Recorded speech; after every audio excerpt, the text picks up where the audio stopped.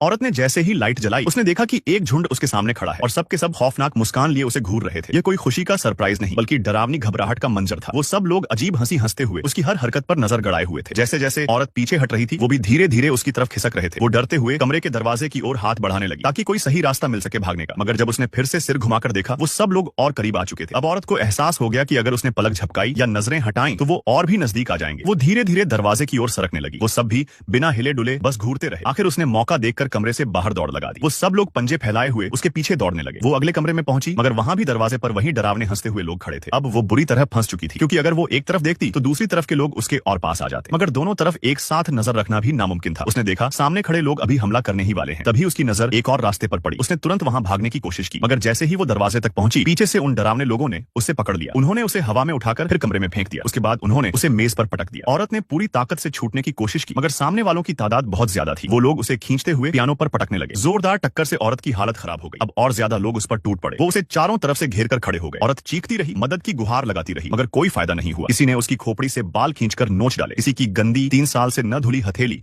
उसके मुंह में घुस गई। ऐसे जैसे पेट तक पहुंचकर अंदर से अंग निकालना चाहती हो। औरत ने वहीं होश खो दिया। जब उसे फिर होश आया तो वो एक प्राइवेट क्लिनिक में पड़ी थी। डॉक्टर ने बताया कि उसे घर में बहुत तेज डिहाइड्रेशन, पानी की कमी से बेहोशी आ गई थी। सिर में भी चोट लगी थी। अब उसे बस आराम करने की जरूरत थी।